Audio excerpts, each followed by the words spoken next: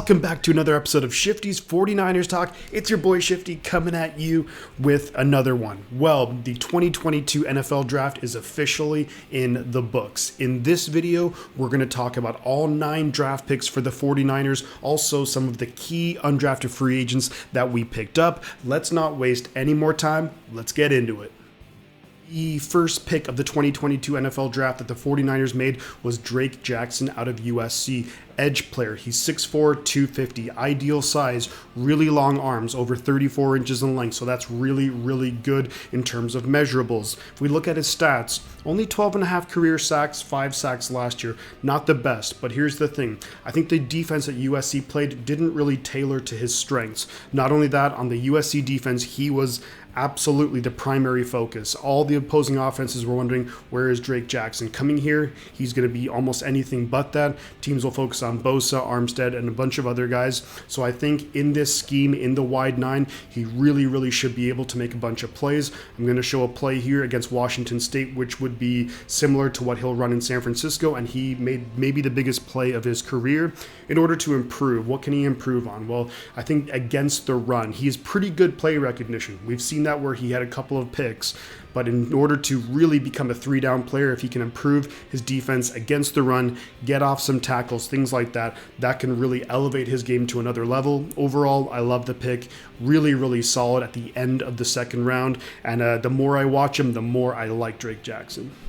With our second pick in the third round, 93 overall, we took running back Ty David-Price from LSU. I'm going to call him TDP going forward. I was shocked, I was stunned, and not in a good way when we made this pick. There were some other players I liked at the spot, but let's focus on TDP. He's 6'1", 232. He had 1,000 yards last year, almost 5 yards per carry, and he had 6 touchdowns. In his career, he's had 15 total rushing touchdowns. Looking more into him, I like his game a little bit more. 4'4", 840. He is a big back bruiser, loves contact, loves to hit guys and make them feel his wrath, basically. Now, one of the guys he did hit was ONeil Jr., an undrafted free agent that we did sign as safety out of Texas A&M, and that was a fantastic play. Some of the things, though, that I watched looking at LSU's offense with TDP, he needs a lot more effort and a lot more technique when it comes to pass blocking. Really wasn't there a whole lot of what we saw on tape at LSU. Also, the run blocking at LSU was dreadful. I mean, there were so many times where there was 2 or 3 guys all over him. Gotta say, though, I think the pick is growing on me a little bit, and I think ultimately this might spell the end for Trey Sermon in San Francisco. Moving on to round 3, pick 105, we took wide receiver Danny Gray from SMU. Now, you gotta love this guy's game. He's 6'1", about 180. He can flat out fly, 4'3", 340. And here's the thing. Sometimes guys can run a really fast 40 time, but they don't necessarily show that. He absolutely shows that.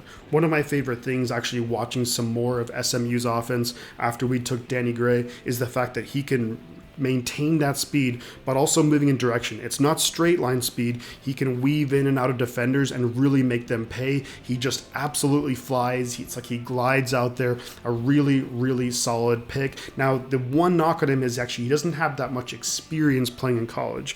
He actually only played and started 18 games at SMU. So I think there's going to be for sure an adjustment for him, but I'd like to think, of course, that he should find a spot on the 53-man roster, and if Kyle Shanahan can figure out ways to get him the ball in space, not only in the passing game, but also maybe end arounds, things like that, I think he can really make defenses pay, and I really like this pick. This is a great way to end day 2 of the NFL draft, but the first day that the 49ers were drafted. With our first pick on day 3, which is in the 4th round, pick 134 overall, we took Spencer Burford out of UTSA. Now, he's listed as a tackle, but he can also play guard. He played both at UTSA. He's 6'4", just over 300 pounds. What I really like about him in terms of his measurables is he's really long arms. So in that reach, in that running game, those outside zones, I think he's going to really excel there. Also, things that I like. Senior Bowl did pretty solid there. 43 games played in college, so he's played a lot of ball.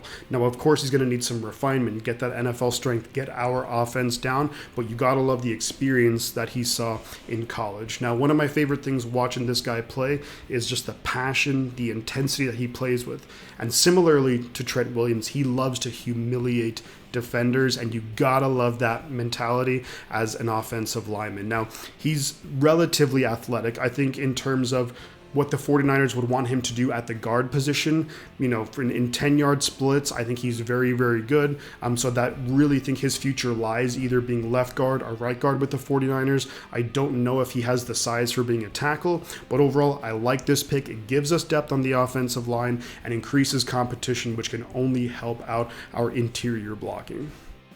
In the 5th round, pick 172 overall, we took the cornerback out of Toledo, Samuel Womack. Now, he's a guy who could project to being a nickelback. He's 5'9", 187, so really, really solid size. Also very, very fast, 4.39 40. So maybe those smaller, faster slot receivers that you see offenses have these days, maybe he could be a guy to line up against those. Now, overall, he's been actually very productive in his time at Toledo. He had 2 interceptions last year. He's very, very physical. I like his aggressiveness in being able to play the cornerback position. He's not afraid to make a mistake, and he trusts his athleticism if he does make a mistake to be able to rebound from that. And something that I do like a lot too, he led the MAC conference in pass defenses from 2019, 2020, and 2021. So you could say that, look, he's got a lot of experience with the ball being thrown his way and doing a pretty good job at defending it.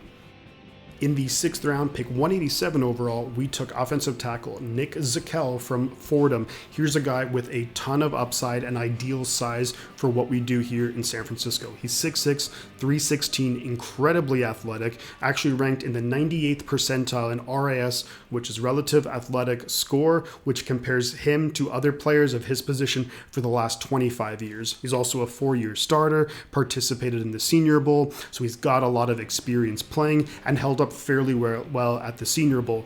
Now, of course, he's picked in the 6th round, so there are some concerns. Shorter arms, so in terms of the reach, he's not really going to have it, especially in the outside zone runs that we like to run here. His technique and his relative strength could also use some improvement, but I think ultimately his long-term plans I think the 49ers have for him would be a swing tackle. Should an offensive tackle go down hurt, ideally he can come in and basically not screw up the game. I think he'll be competing with Justin School and Colton McKivitz for that backup tackle position.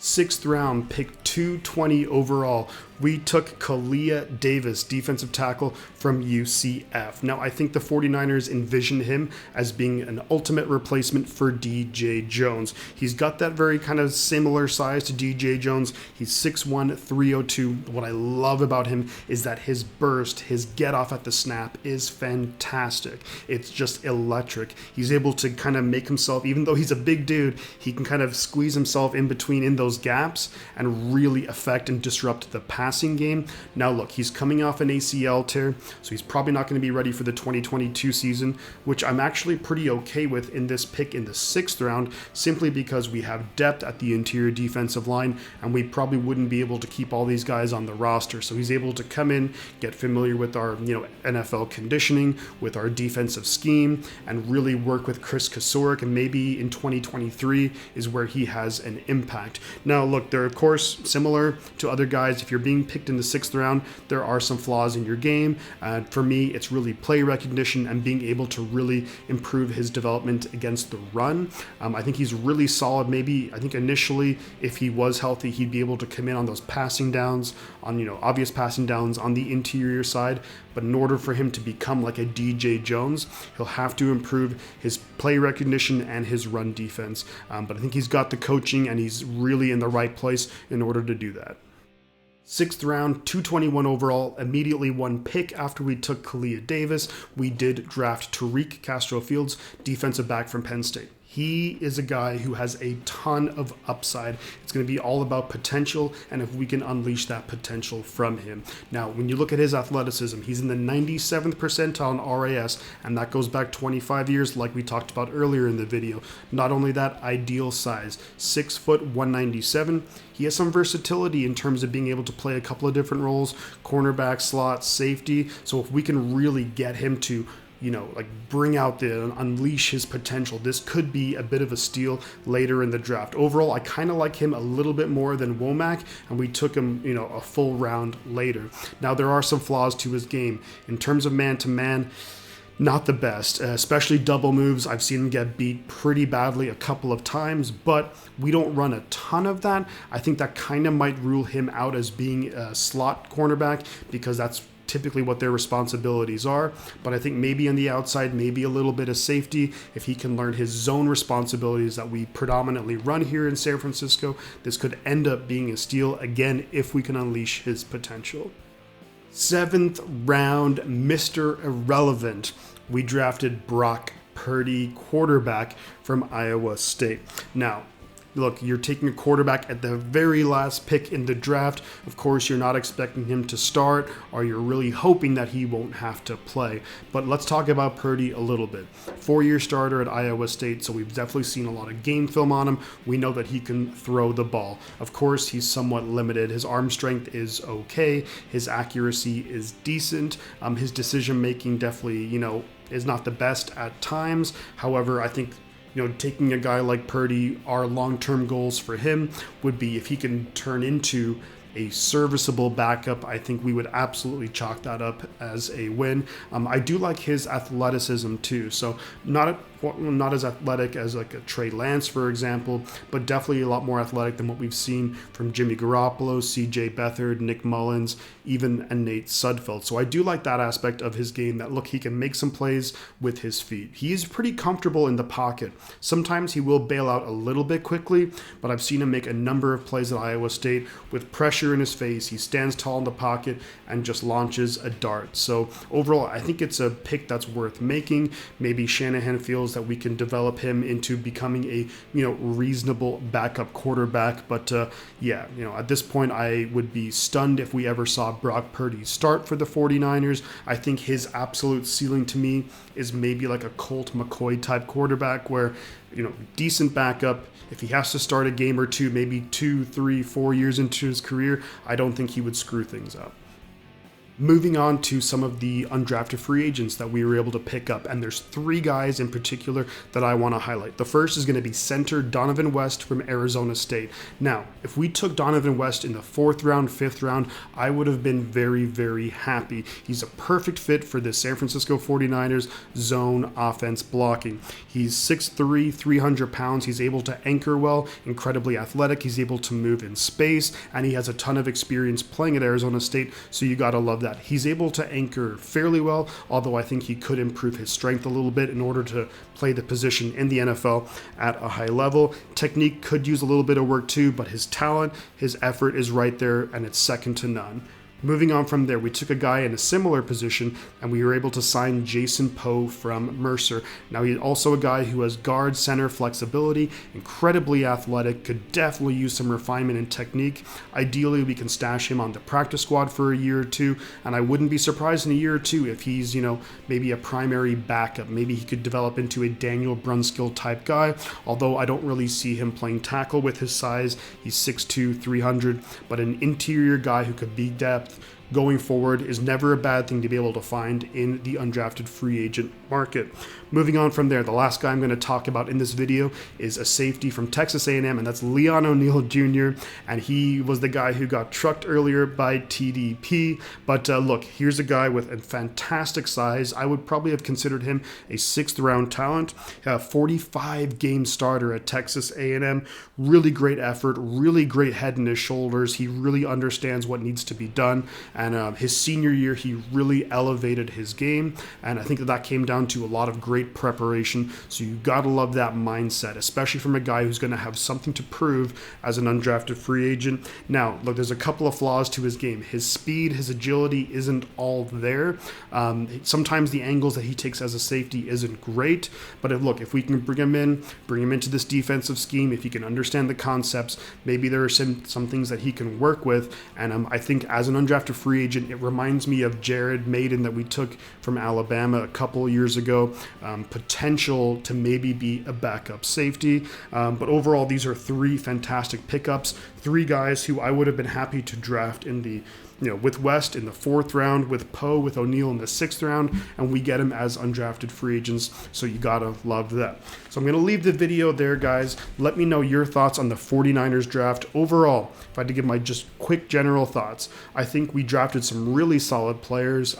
We definitely went in directions that I didn't expect us to go in, and that's why I think some of the picks that we made at first, I was like, bit of a head scratcher. We definitely didn't fill the needs that we as fans thought that we had. I still wouldn't rule out bringing back Jaquiski Tartt. If Alex Mack retires, I could absolutely see us bring in JC Tretter. And so there are still moves to be made. There's that third wave of free agency. But overall, gonna leave the video there, guys. I'm gonna have a couple of things to say to you. You know what they are. It's the 2 things. It's the butt counts. Catch y'all on the flip side.